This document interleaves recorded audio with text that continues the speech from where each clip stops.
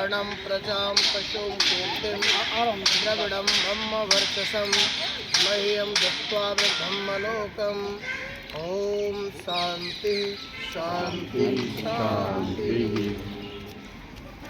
उपस्थित भव्य पुरुषों, वंदनीय मातृशक्ति, धर्म प्रेमी सज्जनों, हम सबने परमात्मा की स्तुति का जो सबसे सरल और उत्तम माध्यम है यज्ञ कर्म की शांति बना करके रखेंगे तो सबके पास तक आवाज़ पहुंच जाएगी, जहाँ तक मेरा विश्वास है। देखिए, हम और आप दुनिया में जितने भी कर्म करते हैं, चाहे वो कार्य हमारे जीवन से संबंधित हो, चाहे समाज से संबंधित हो, चाहे राष्ट्र से संबंधित हो, कहीं ना कहीं हमारे उसके पीछे छिपा होता है कि हमारा जीवन कैसा हो, सुखमय हो। कैसा हो? सुखमय जीवन की हम कामना करते हैं। और आप जानते हैं, यहाँ सब ग्रस्त जीवन में हम लोग बैठे हैं। ग्रस्त परिवारों में तो कहा कि वेद कहता है कि सुखी ग्रस्त की कल्पना अगर आपको करनी है तो अपने जीवन को कैसा बनाना पड़ेगा? दर्पण के जैसा बनाना पड़ेगा। एक घटना आपको सुनाता हूँ, उसके बाद आगे की बात करेंगे। गुरुकुल में एक बच्चे पढ़ते हैं, जैसे मैं सेक्टर 33 में गुरुकुल चलाता हूँ, इसी तरह एक शिष्य की शिक्षा पूरी हो गई तो शिष्य ने कहा कि मेरी शिक्षा पूर्ण हो गई गुरुजी, और मैं अपने घर जाना चाहता हूँ। ये तो बहुत अच्छी बात है, आप घर जाइए। तो शिष्य के लिए एक भेंट दी गिफ्ट के रूप में, और एक ऐसा प्रतिबिंब दिया उसे, दर्पण दिया, जिसमें उसे हमने कहा कि उसमें दो पक्ष दिखाई देंगे। अगर तुम दूसरे की तरफ करोगे तो तुम्हें बुराई दिखाई देगी, और अगर अच्छे मन से देखोगे तो अच्छाई भी दिखाई देगी। शिष्य बोला, ये तो बहुत अच्छी बात है, आपने एक बहुत अनमोल चीज़ मुझे दे दी। मैं दुनिया के बारे में ये देख सकता हूँ कि कौन अच्छा है कौन बुरा है। तो उसने कहा कि सबसे पहले ये प्रैक्टिकल गुरुजी पे ही कर लिया जाए।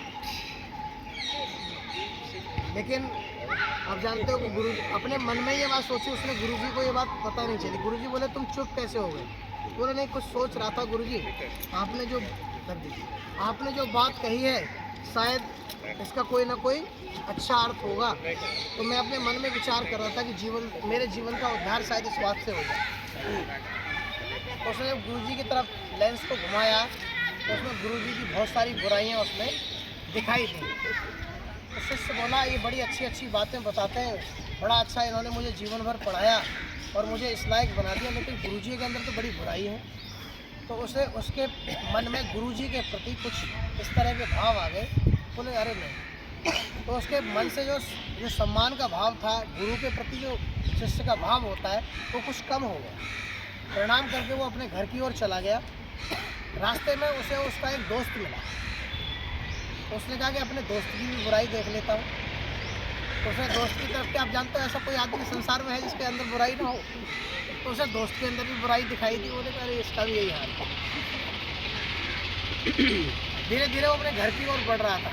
घर के निकट पहुंचा तो बचपन में कभी छोटी क्लास में किसी शिक्षक ने पढ़ाया होगा तो मिले, उनको अभिवादन किया। बोले, अरे गुरुकुल से शिक्षा पूरी करके आ गए?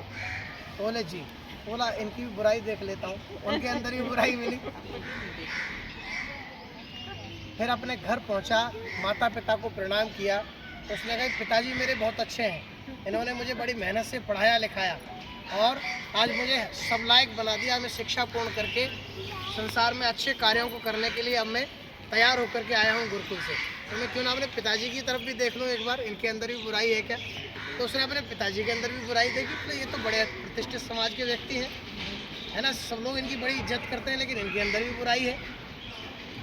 फिर उसने माँ के अंदर देखा कि हमारी माँ सबको इतना प्रेम करती है, सब लोग माँ की बड़ी तारीफ करते हैं, इतना अच्छा व्यवहार, लेकिन माँ के अंदर भी बुराई दिखाई दी। तो उसका मन ऐसा हो गया कि उसे अपने आप से घृणा हो गई। बोला कि समाज में इतनी बुराइयां हैं तो फिर सुकून और शांति और अच्छे लोग कहाँ मिलेंगे? वो परेशान होकर के और वापस लौट के गुरुजी के पास गया। बोला, मैं गुरुजी के पास चलता हूँ। और गुरुजी से बोला, आपने ये क्या बवाल मुझे दे दिया, मुझे पूरे अपने परिवार से लेकर के पूरे समाज से घृणा हो गई। तो गुरुजी ने कहा, बेटा तुम्हारी दृष्टि थी, मैंने तुम्हें कहा था इसमें दोनों चीज़ें दिखाई देंगी, अच्छाई भी दिखाई देगी और बुराई भी दिखाई देगी। तुमने बुरी दृष्टि से देखा इसलिए तुम्हें बुराई दिखाई देगी। ये दशा साहब हम और आप सबकी है। हम इन सब चीज़ों को जब देखते रहते हैं, बुराइयों को देखते देखते देखते हमारी आदत ऐसी बन जाती है कि हम निरंतर बुराइयों में घुस जाते हैं और हमारे जीवन से सुकून और शांति हमेशा के लिए समाप्त हो जाती है। अब मैं आपको उस बात की ओर लेकर के आ रहा हूँ। एक और कहानी सुनाऊंगा, उसके बाद फिर मुख्य बात पर आ जाऊंगा। दो दोस्त, बड़े अच्छी दोस्ती थी। आप जानते हैं दोस्ती सब में होती है, समाज के बीच में माताएं बहनें भी आपस में एक दूसरे की दोस्त होती हैं। तो एक दोस्त ने आपस में एक शर्त